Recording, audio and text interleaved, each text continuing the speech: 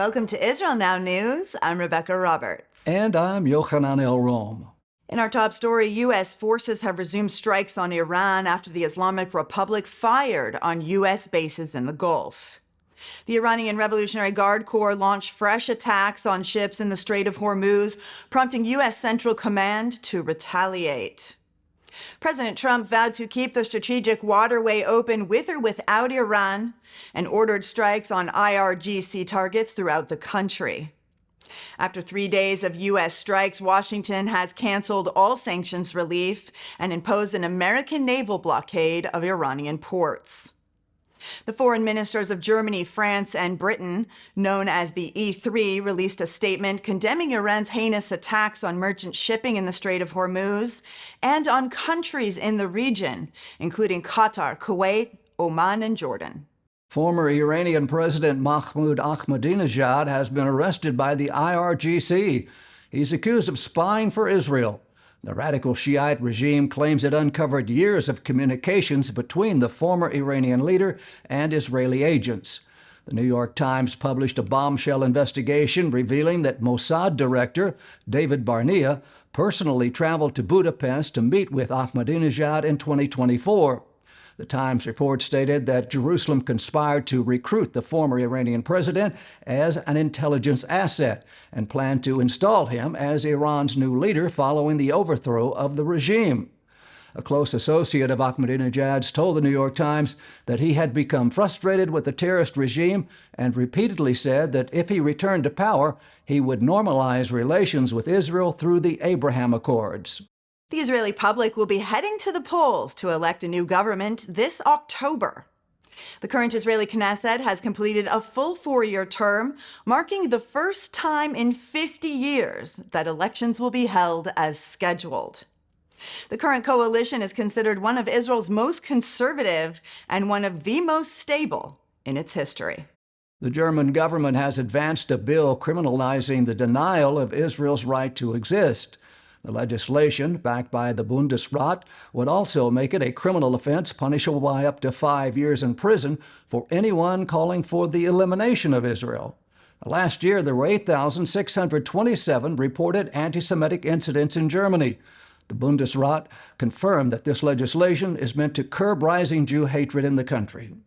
A contingent of soldiers from Kosovo has arrived in Israel to join the ISF, the International Stabilization Force for the Gaza Strip. Moroccan soldiers have been on the ground for about a month, and troops from Albania and Kazakhstan are expected to arrive in the coming weeks.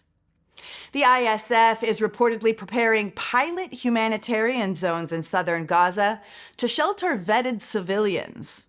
These zones will be administered by the National Committee for the Administration of Gaza and secured by multinational troops from the ISF. This development reflects progress in advancing to the second phase of President Trump's plan for Gaza, which demands that Hamas cede power, disarm, and allow the ISF to provide security in the Gaza Strip. The Yemeni Defense Ministry bombed the runways at Sana'a airport last week in an attempt to prevent Iranian planes from landing in Yemen. Yemen's information minister confirmed that Iran is using direct flights between Sana'a and Tehran as a cover for transferring military personnel and weapons. Yemen's defense ministry released a statement saying its patience had run out and it will respond to any Iranian and Houthi violations of Yemen's airspace. Former Hamas leader Yahya Sinwar believed that his genocidal October 7th attack on Israel could cause the annihilation of the Palestinian people in Gaza. Recently published documents written in Sinwar's own hand reveal that he believed that Israel would respond to the massacre with a nuclear strike on the Gaza Strip. Sinwar's memo also reveals the scope of Hamas's plans to infiltrate deep into the heart of the Jewish state, calling for 10,000 fighters to take part in the genocide. Sinwar's memo also details the terror leader's calculated plans to deliberately create horrifying images during Israel's response and broadcast the atrocities live. U.S. President Donald Trump abruptly changed his travel arrangements last week after Jerusalem warned him of another Iranian assassination plot. American Ambassador to Israel Mike Huckabee confirmed that Jerusalem passed on intelligence of a specific, credible threat to the president's life. This information prompted the Secret Service to switch the newly inaugurated Air Force One, which was a gift from Qatar, with a different plane equipped with advanced defense systems. Jerusalem has confirmed that Israeli security forces have eliminated 2,561 terrorists that took part in the invasion and genocide in Israel on October 7, 2023. In the aftermath of the vicious Hamas-led attacks, the Jewish state formed the Neely Task Force to eliminate the vicious terrorists and their leaders. Neely is a Hebrew acronym for the phrase in 1 Samuel 15:29 that says the Eternal One of Israel will not lie. Neely consists of elite members of the IDF and Shin Bet and is tasked with hunting down the perpetrators of the massacre. A senior United Nations official has accused Hamas of violently obstructing humanitarian deliveries in Gaza and intimidating international aid workers. UN Deputy Special Coordinator for the Middle East Peace Process, Ramiz Alakbarov, warned that Hamas terrorists are making relief operations in Gaza increasingly dangerous. This comes after armed Hamas terrorists forced their way into a World Food Bank Program warehouse and assaulted 2 humanitarian aid workers. Al-Akbarov said these incidents are not isolated and reflect an increasingly dangerous pattern of intimidation, violence, and obstruction, including smuggling attempts targeting and abusing humanitarian operations. The Church of England has voted to encourage its followers to embrace the doctrine that falsely accuses Israel of genocide. The Moment of Truth, Faith in a Time of Genocide, produced by Palestinian Christians in Gaza, wrongly accuses Israel of occupation, apartheid, and settler colonization. UK Chief Rabbi Sir Ephraim Marvis called the document deeply concerning and said it risks undermining decades of careful relationship building between Jews and Christians in the UK. Mirvis said, "It is truly shocking that a document which purports to speak in the name of truth contains so much falsehood." The European Union has launched a $1 billion aid initiative to rebuild the Gaza Strip. EU Commissioner for the Mediterranean, Rebekah Roberts, confirmed that the EU had reached an agreement with Israeli authorities for 2 major waste and water management projects in Gaza. She said, "Now we need the conditions on the ground that will allow the support to reach the people of Gaza." She also added that the EU is committed to supporting early reconstruction efforts in Gaza, but first, the Hamas terror group must disarm. Democratic support for the Hamas terror group continues to rise, and a recent survey reflects that more young Democrats prefer Hamas over Israel. The Pew Research Center found that 13% of Democrats hold a favorable view of Hamas, while 1 in every 6 young Democrats supports the Iran-backed terror group over Israel. Jerusalem, the capital of Israel, is among the top 10 best cities in the world. Travel and Leisure magazine ranked Jerusalem 7th on its list of best cities, surpassing Tokyo, Florence, Seoul, Prague, Cape Town, and Salzburg. Jerusalem was also voted the best city in the Middle East and Africa. The rankings were based on reader votes who evaluated cities according to a variety of parameters, demonstrating that Jerusalem is truly an incredible tourist destination. Leaders of the Jewish state mourn the loss of U.S. Senator Lindsey Graham, who passed away suddenly last week. Israeli Prime Minister Benjamin Netanyahu sent his condolences, saying Israel has lost one of its greatest friends, America has lost a great patriot, and I have lost a beloved friend. Netanyahu said that Graham understood that the security of Israel and America are inseparable. The Israel Allies Foundation launched its 65th Israel Allies Caucus in Fiji at the Parliament in Suva last week. The event was immediately followed by the Jerusalem Summit, a special dinner hosted in partnership with the International Christian Embassy, Jerusalem. The festive occasion brought regional leaders together to celebrate Fiji's decision to move its embassy to Jerusalem and encourage other Pacific islands to follow suit. Josh Reinstein, president of the Israel Allies Foundation, described the launch of the 65th Israel Allies Caucus in Fiji as a defining moment for the Pacific. He praised Fiji for showing courageous leadership by standing with Israel and recognizing Jerusalem as its eternal capital.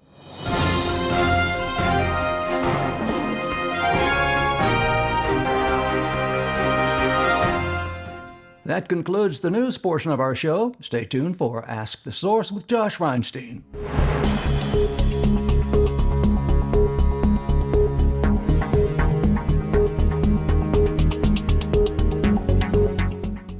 Hello and welcome to Ask the Source. I'm your host, Josh Reinstein. We're here in our beautiful studio in Jerusalem.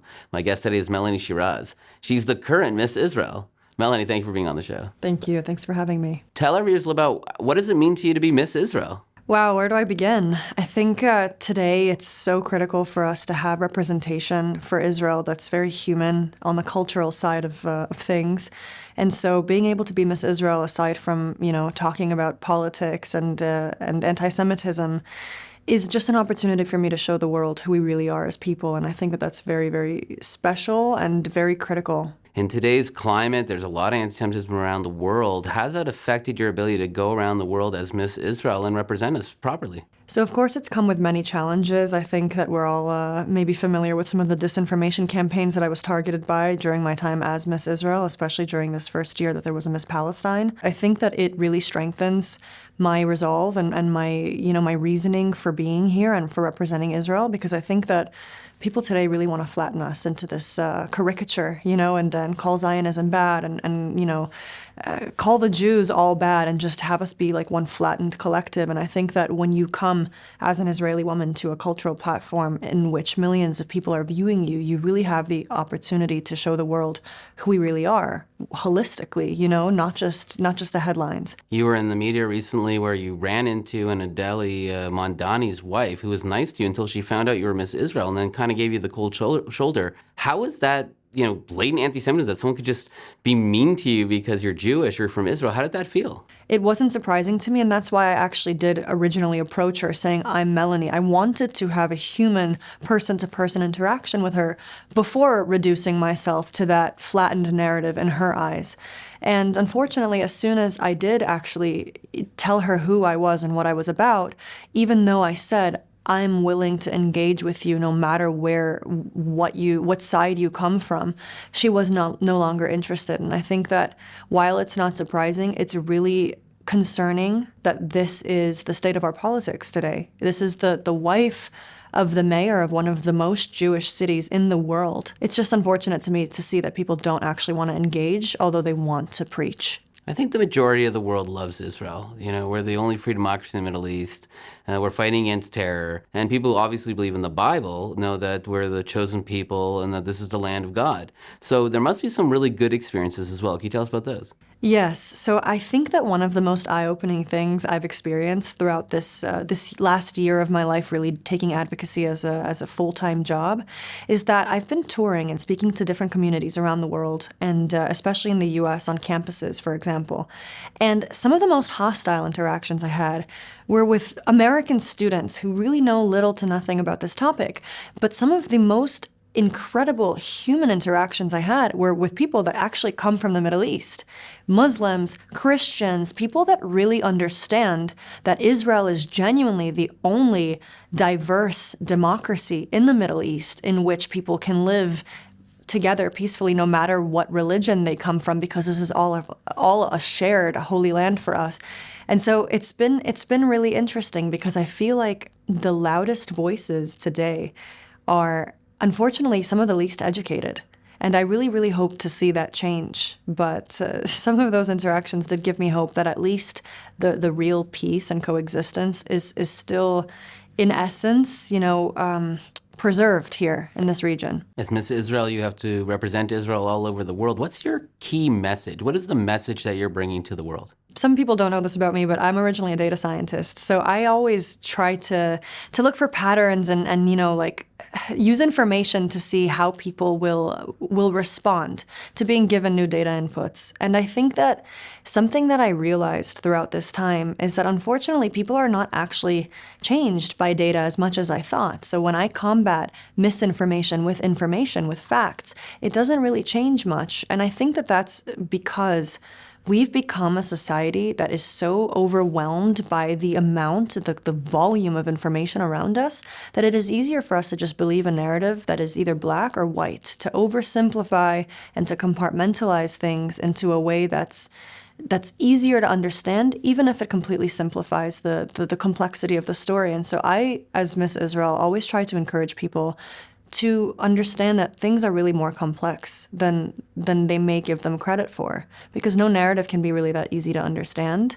And I hope that they use that to really listen to other people and have human interactions rather than flattening others to narratives.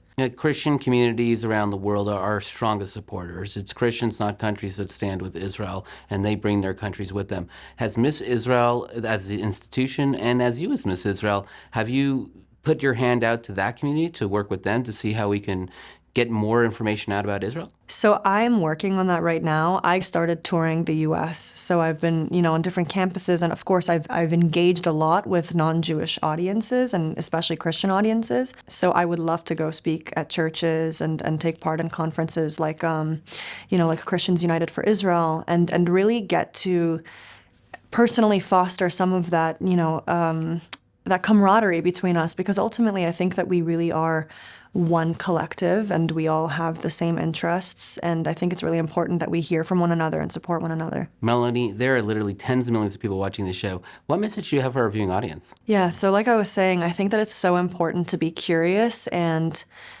really not to compress anything into something that's easy to understand, because everything is very complex. And in the end of the day, we are all human beings. And I think that it's so, so important for us to have conversations, to enrich our understanding of the world, not just for others, but for ourselves. And I really hope that I can continue advocating for that and advocating for us to really see one another as human. Thank you, Melanie, for being on the show. And thank you for tuning in to Ask the Source. I'm your host, Josh Reinstein. Now back to the studio.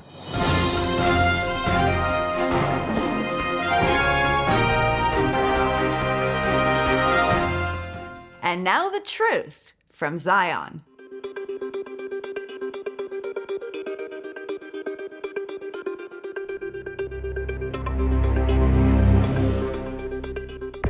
The ceasefire between the United States and Iran exists on paper, but on the ground, in the air, and at sea, it has been violated by both sides repeatedly since the day it was signed.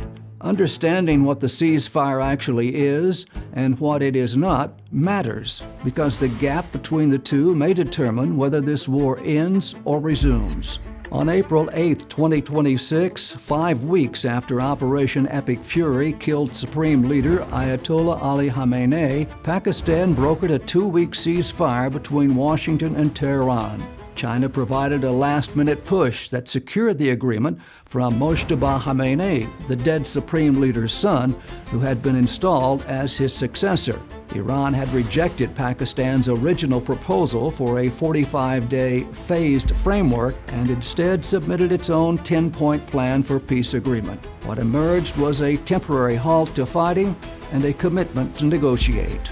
3 days later, the Islamabad talks began. U.S. Vice President J.D. Vance led a 300-member American negotiating team alongside Special Envoys Steve Witkoff and Jared Kushner. Iran sent Parliament Speaker Mohammad Bagher Ghalibaf, who had become the regime's primary wartime diplomat. The talks lasted 21 hours across 3 rounds, the first indirect, the second and third face-to-face. The teams reportedly agreed on most of the 10-point ceasefire framework. They could not agree on the 2 points that mattered most: Iran's nuclear program and control of the Strait of Hormuz. The talks ended with no agreement and no memorandum of understanding. President Donald Trump said most points were settled, but the only point that really mattered, nuclear, was not. On April 13th, 1 day after the talks collapsed, the United States imposed a full naval blockade on Iranian ports. More than 15,000 American troops, over 200 aircraft, and a carrier strike group were deployed to enforce it. The blockade was designed to do what diplomacy had failed to accomplish: force Iran to negotiate on nuclear disarmament and the reopening of the Strait of Hormuz by cutting off its remaining economic lifeline. The U.S. estimated the blockade was costing Iran $500 million per day. On April 21st, the original 2-week ceasefire expired. Trump extended it indefinitely, but ordered the naval blockade to remain in full force and the military to stay prepared to resume combat operations at any moment. Trump said publicly that the blockade had given Washington more leverage over Iran than the airstrikes themselves. The bombs had destroyed Iran's military capability. The blockade was destroying its economy. The less than perfect ceasefire held through May.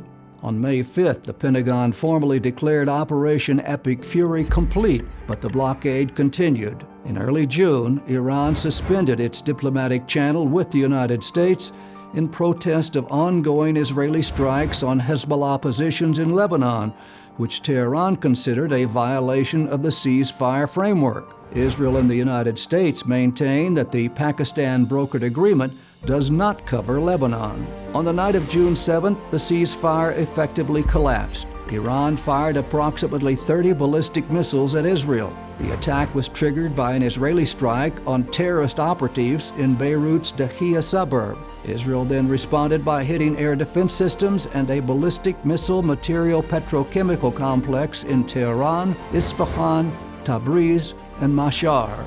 Trump then fired at Iran for 2 consecutive days, following a flare-up in the Strait of Hormuz against American positions. On June 12th, Trump canceled a planned 3rd consecutive night of American strikes on Iran and announced what he called a great settlement to end the war. Afterwards, America and Iran signed a memorandum of understanding designed to create a full agreement between the two countries within 60 days. The ceasefire and the MOU did not end the war.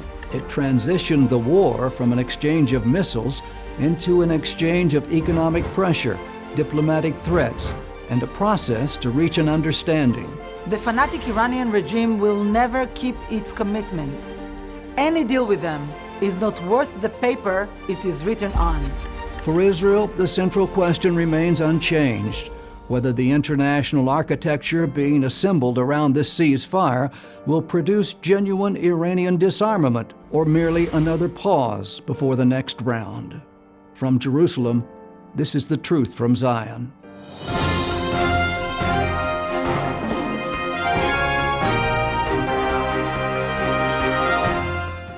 Up next, shining light from Israel.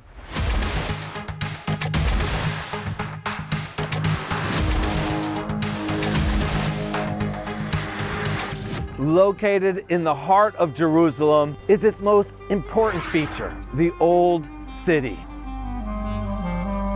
The Old City, Jerusalem, was established as the physical capital of the Jewish people 3,000 years ago by King David. However, the walls that surround the Old City today are relatively young, dating back a little over 500 years ago and built by the Turkish Emperor, the Sultan Suleiman the Magnificent. And to mark this accomplishment, he has a plaque etched in stone commemorating this massive edifice, 1 square kilometer surrounding the city of Jerusalem. And today, we're going up to the top of these walls to the Ramparts Walk, which has 2 sections, a southern and a northern, and we'll be covering both of them today. So follow me, let's go.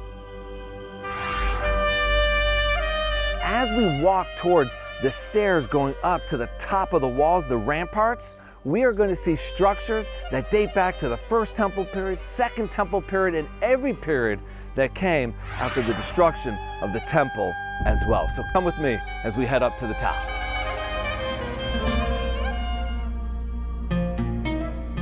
So cool to be walking here on the ramparts, the top of the old city walls, and seeing these teeth come up over here, this correlated wall, and the openings in which the fighters, the defenders of the old city could fight those attacking Jerusalem from up on top. Amazing. Some of the views that you have behind me into the new city of Jerusalem include the first neighborhood that was built outside the old city walls, a neighborhood known as Mishkanot Shananim, only built about 160 years ago in the year 1860. You also have the King David Hotel, the David Citadel, and Hebrew Union College, which is the headquarters for the Reform Judaism movement.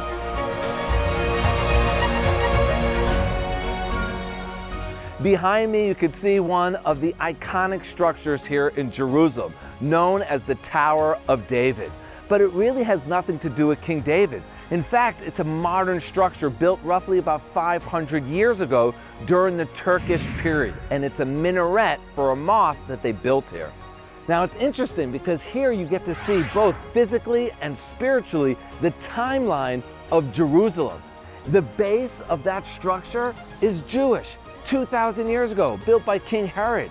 And then the Christians during the Crusader period. And then later on, you have the Muslims coming here.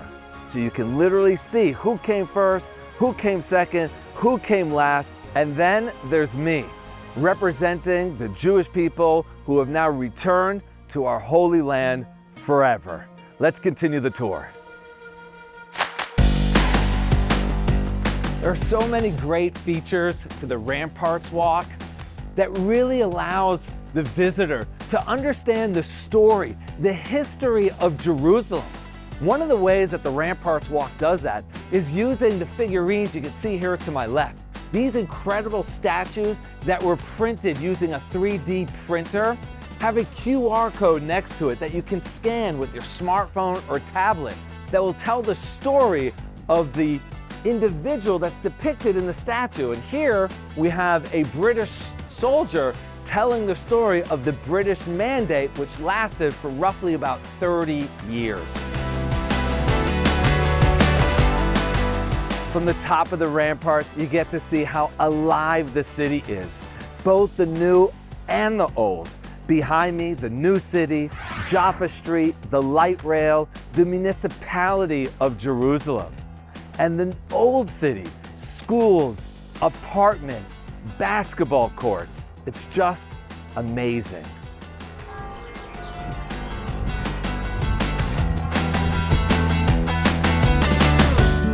This has been an incredible day, walking on top the old city walls, seeing all of its four quarters, the Jewish quarter, the Armenian quarter, the Christian quarter, and the Muslim quarter. Everyone calling out to God, striving to bring peace to Jerusalem.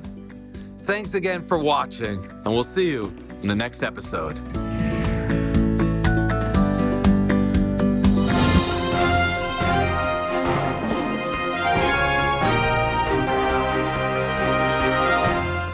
That's all for this edition of Israel Now News. I'm Rebekah Roberts. And I'm Yochanan Elrom, reporting from our studio in Jerusalem. Join us again next week for all of your Israel updates.